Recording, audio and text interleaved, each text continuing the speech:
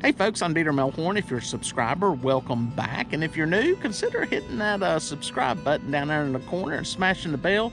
That way you'll be notified when we have new content up. Hey listen, today we're gonna go out trolling, dragging baits for catfish. And I'm gonna go through some of the steps, some of the details that I do when I go out trying to catch these fish.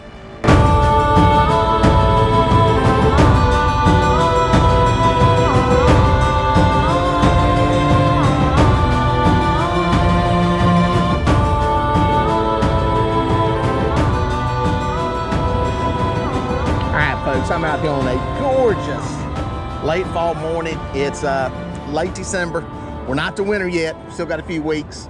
Apologize for the highway noise. I'm right near the Buster Boyd Bridge on Lake Wiley, just south of it. That's where I'm gonna be fishing today. It's what we call SOB, south of Buster Boyd. The locals, that's how we refer to the lake here. Are you fishing SOB or NOB, north of Buster Boyd? But I'm gonna be drifting today, and I'm gonna go over some of the stuff, some of the secrets, if you will, for catching catfish drifting. I get a lot of private messages about this, and I'm going to try to consolidate all the information I put in a bunch of videos into this one video. And basically what drifting is, dragging, trolling, whatever you want to call it, is when you use a boat, a moving boat, to cover water to catch catfish. And the term drifting is kind of a wide, broad term. You can be drifting with the wind, you can be drifting with the current. What we're gonna be doing today is drifting, probably more like trolling since we have no wind. I'll be using a trolling motor to move the boat, but I'll go over some of that later. We're gonna move is what's gonna happen. We're not gonna be anchored up today. We're gonna cover water. We're gonna go with a spread, 6 rods, and dragging them on the bottom, utilizing what is called a Santee rig. You may or may not have heard of it. It's almost a modified Carolina rig, sorta, but not really. On one end of it, you got the meat end. That's where the hook's at. And I use a snailed circle hook, octopus style. I like that. I like it being in line with it. Some people getting all this trigger action stuff. I don't go that route. I want a straight shank. I want my leader in line with the shank. I think it gives the best hook presentation for getting that to hook into the corner mouth. Right above that, you've got some kind of a float. What this does is, this floats up off the bottom. We got a sinker on the other end, I'll show you in a second. This floats the bait up. It can be a plain cork. You can put a line rattle on it. You can use some kind of lure that has a rattle in it if you think that helps you. This basically floats the bait up off the bottom. It's gonna float up. This here is gonna be pinned to the bottom. This is a sinker. I basically got a main line coming into my leader line, snap swivel, and I got a weight here. It's a 2-ounce pencil weight from Dale's Tackle. They sell these things. You can also use some different drifting weights. I'm going to show you some of those today. I'm going to be trying them out. But this here can vary. You can use just regular bank sinkers. You can use pencil weights. You can use drifting sinkers. A lot of different variables there depending on where you're fishing at, what you like. That's the main thing. And that's basically as simple as the system is. We're going to bounce them down through here. And big thing is boat speed. We're going to talk about that more later in the video, but boat speed is probably more critical than about anything you can do when you're trolling or drifting for catfish. All right, my deal is I got some white perch here in the tank. Just gonna reach in and grab one. These suckers are alive. I prefer to scale them. It just helps eliminate getting some of the scales on the hook. Scales off of them. And what I'm going to do, I'm just going to fillet this sucker one side off of them. Boom. There's a bait. There's a bait. There's a bait, and there's a bait. Get all those cut up. Get the boat going straight. Get them in the water. Start dragging. All right, guys, give you a little info on what I'm doing here. I kind of made this run across this flat adjacent to the river channel. Came through a small little ditch there. What I'm gonna try to do is get right here on this channel edge and kind of just drag down the edge of it and see what's in there, see what's happening. Starting to, as you can see, pick up a few more arches right here around this edge. This area out through here was kind of bare. Not a lot of fish in there. Water temperature's not that bad. It's like 51 degrees. It's clear. And so that's the plan. I'm gonna run down this ledge here for a little bit, this little drop here, just see if there's anything on here. With the planer boards, I should be able to cover it from up here all the way down to the bottom. And we'll see what's there. Then I'll make a turn, come down through here, the deeper part, and see what's in there. Then maybe come back up to this other side. What's interesting is that some lakes, depending on how well it's set up, as you can see, this is kind of on the outside swing here. And a lot of times these outside swings will have more mineral deposits, and sometimes you get more mussels out in there. But historically, before this was a lake, this was just a river. When it would flood and overflow, stuff would get washed to the outside. So sometimes there can be more minerals, more life on the outside.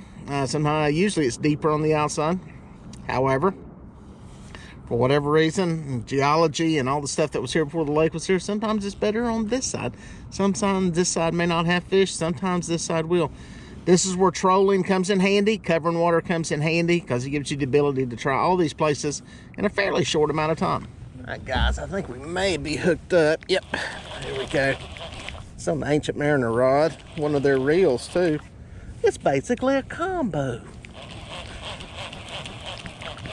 It's an interesting rod. It's one of the only catfish rods I've seen outside the ugly stick that has a gimbal butt on it.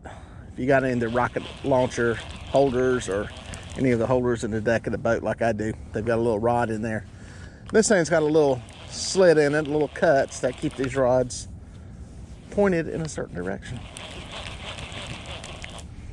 Finally got bit. I made a turn. I actually came out to the deeper water. I noticed a planer board that was getting popped was in the deeper side, deeper water, so I pulled over here, right down the middle of it. We'll see if that makes a difference. Made a difference on one fish anyway.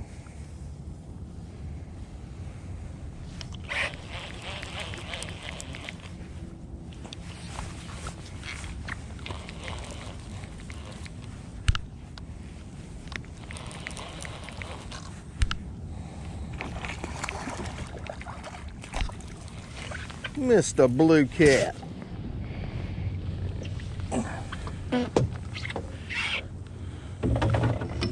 Spun around here we go. Mr. Blue Cat.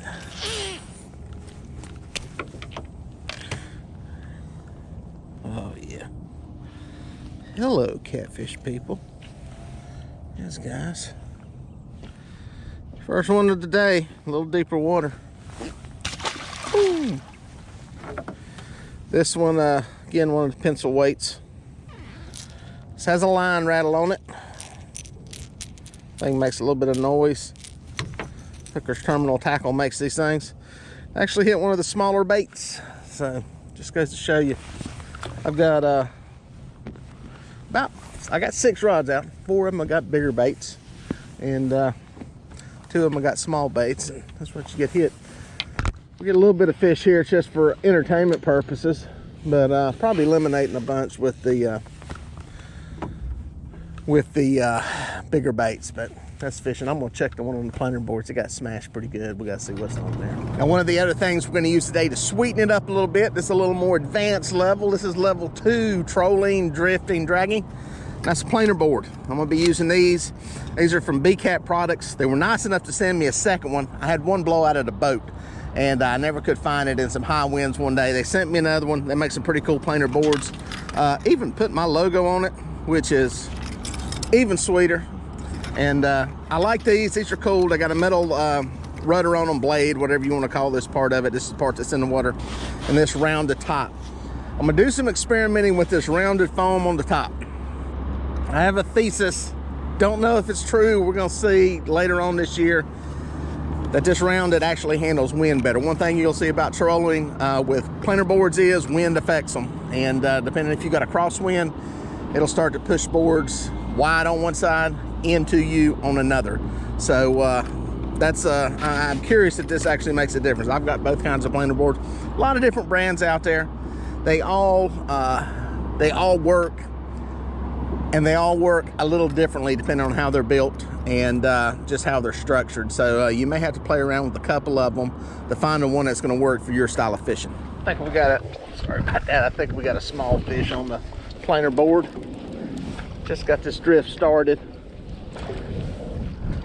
Looked like I had some white perch down below me, but I'm not sure that's what it is. Hadn't got any to hit yet.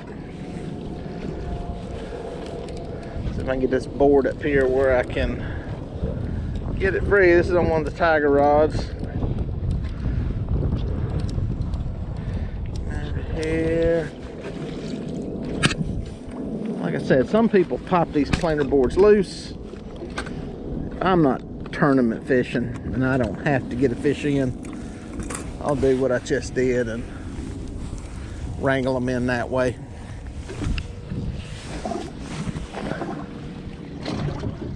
Now, if you're tournament fishing and you have to get them in the boat, you might want to handle that a little differently, but if you keep that line tight, keep that rod bent, you can do that, and it just makes wrangling and handling the fish at the boat a lot easier than dealing with that planer board slapping around. Slow rolling this one in, trying to navigate it between some lines here. I've got a perch rod down right there. So one thing that's nice about these old tiger rods, I hadn't used them in a while. I replaced the catfish rod I had on here, the ugly stick catfish rod. It was just too flimsy. Went with this one.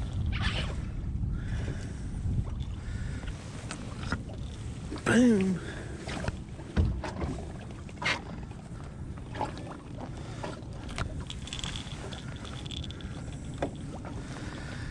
Old channel cat right there. Hitting the big bait, big old perch fillet. Mr. Channel cat, he's seen better days. Got a hook left in him too. Piece of a hook right there. Probably a crappie fisherman left that in him. He did not learn his lesson, but he gets to go back alive. All right, I told you I'm gonna vary it around on some sinkers today. Got a B&M rod here that's got a drift rig on it. I got a big old bank sinker on it. I was out doing some anchoring the other day. I'm gonna take this sinker off. You can use these sinkers. These things will work. I've been in a pinch, I've used them dragging. But I've got an actual dragging sinker here. It's one made by Bonetown Catfishing. I'll put you links. By the way, I'm gonna put you links to these and also the planer boards down in the description section below. And you can always message me too in case I ever forget to do that. But this is a drifting sinker. It's flexible. Kind of goes up and over stuff. Bonetown Catfishing makes these. They're pretty cool. They sent me some to try out, and we're gonna put them to work today. Try these out. A lot of different ones out there, but I'm gonna see how these work and perform. They look similar to some of the ones I make. And in case you're wondering, this is one of the rattling type lures. This is a homemade one. You can buy these what they call blanks. They're white. You can paint them yourself. It's what I did. I've got some links to those in the description section under some of my gear. And 30-pound Andy line, monster line. People ask about that. This is a B&M rod. Just a Lose, I believe this, what do they call this? One of their laser, I think it's a 60 class, which is kind of in between a Abu Garcia 6500 and a 7000, kind of in that class. So plenty of line. They work great. People have asked me about them. I've been using them for about 2 years. No complaints. So I'm gonna drop the trolling motor in. We have no wind, so I'm gonna drop the trolling motor in, get us moving. We're gonna make a drag through here and try to locate fish. I have not fished down here in several months. I've not fished down here all of fall. So this is really like fishing totally new water in the sense that I know what's going on the bottom, but figuring out the fish, that's gonna be a whole nother ball game. All right, guys, I got this B&M pole going on. I just took a picture of this reel, line, and pole and put it on my Instagram. Just posted it up, turned around, was moving something, and it goes off. It's like, it's on Instagram now, so I just caught a fish on it. Make sure y'all check out my Instagram. Dieter Melhorn. It's pretty simple. I got all my social media stuff on my website. DieterMelhornFishing.com. You got to check it out too. They had a long drift across here. Caught that one channel, and wind's dying a little bit. I'm really going slow now. So giving these fish every opportunity to bite. Trying to get this to clear the drift sock. I'm doing a little bit of letting him dive a little bit. Feels like a channel cat too. Not a big lot of bites out here. There's a lot of bait out here. I thought it was perch, but hadn't caught them yet. Boom.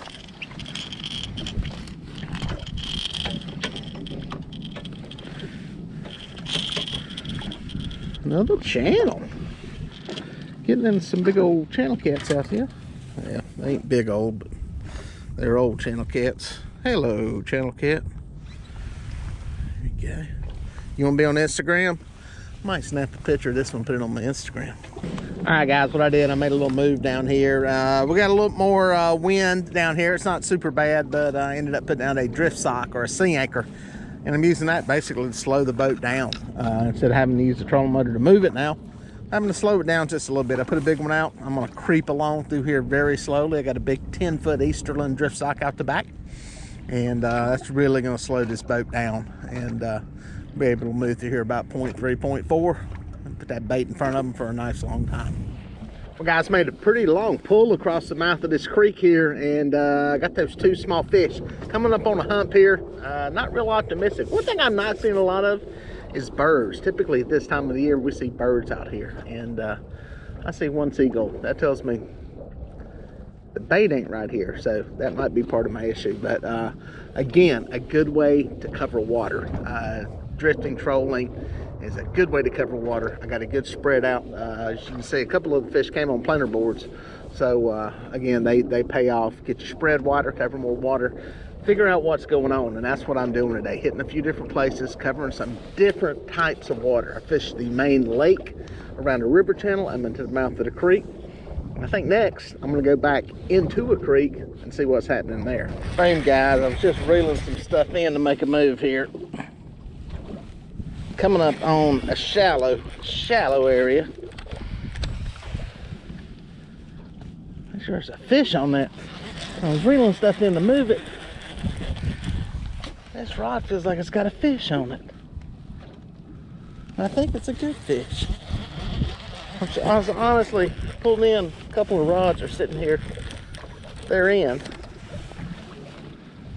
Yep, that's a fish. I just felt a head shake. Making sure it didn't snap off the tree limb. I snagged up one of my lines on some brush. I'm only in about 5 feet of water. I think I got another one either stuck or something. But isn't that funny how that works sometimes? You get up here to a shallow area, and poof, that's where the fish are. It's wintertime, it's cold water. It's supposed to be deep, ain't they? Well, not always. Not always. And not here. It's a good fish. Try to get a bogue on him. It's a good one.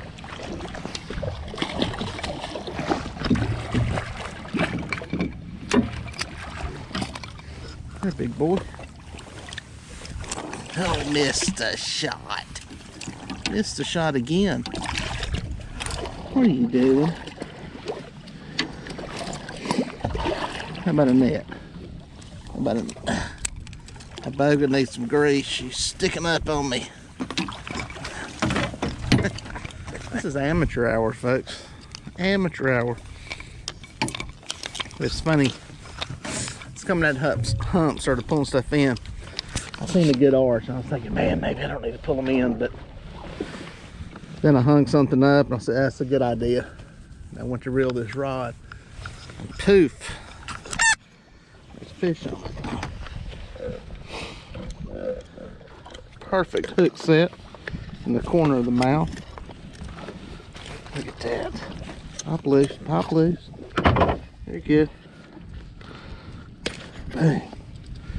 Got a slab of bait. Nice looking fish. Oh yeah. It's a good blue. Dang nice blue cat. Nice one there. Looking fish. Got me some pictures for some love. A little Instagram love. Gorgeous fish. Fish. Get them back alive, baby. All right, guys, I think I got one on my catch the fever rod back here in the corner. Oh, Pinky made a move into the back of the creek. What'd I tell you? Look around, see what's going on. Catfish supposed to be deep right now, ain't they? Water's getting colder. Look at that sonar screen and see what's on it. Figure out real quickly why they're in here. Bait's in here. Why's the bait in here? Who knows? Plankton better? Who knows? But it is what it is, what it is, what it is, and that's where the bait's at, and that's where the fish are gonna be, and that's where they're at. This isn't a monster, but it looks a whole lot more promising in here than it does out there. So we're gonna drag through here a little bit, just see what happens. Maybe a difference in the bite, it may not. But I guess the whole point is, don't get too hung up on where fish are supposed to be. Go where it looks like they are. So, looks like channel cat again. Definitely been elusive with the blues today. Probably getting more channel cat bites than I've had in a while. Interesting color on that one. I think it just got my lens dirty. These fish are still feeding. Back alive. Homemade rattle there. That was a small piece of bait. The big fish today did come on a bigger bait. Did take a bigger bait. But we also had one of the small channel cats on a big old perch head. So let's get them back in the water. Try to catch them up.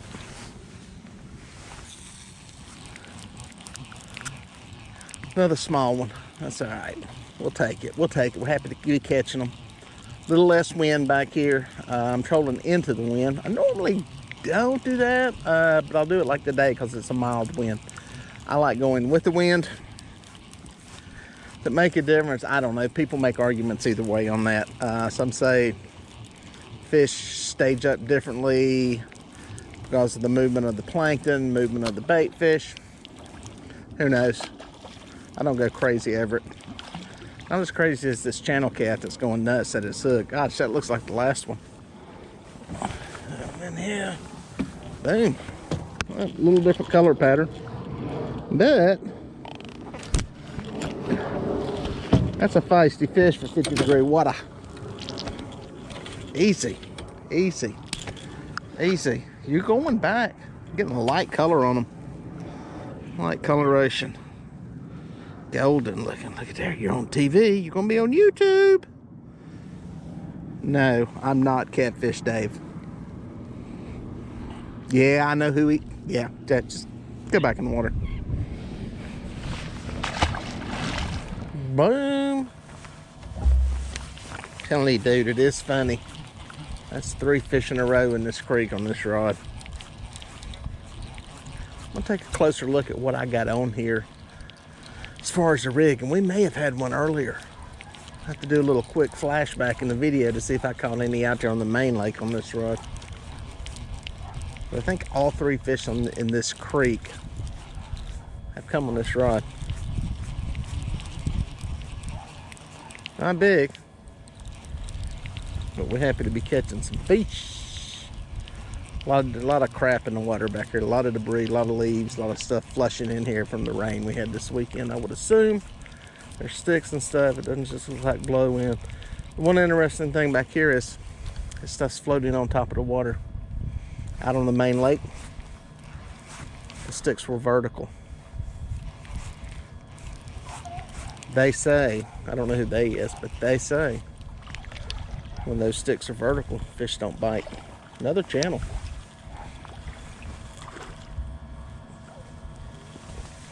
Dang. Channel Cat City. Yeah, you ever heard that? Vertical sticks, fish don't bite. Don't know if it's true. Come here, fella, pop loose. It makes you wonder. Like I said, that's 3 on this setup.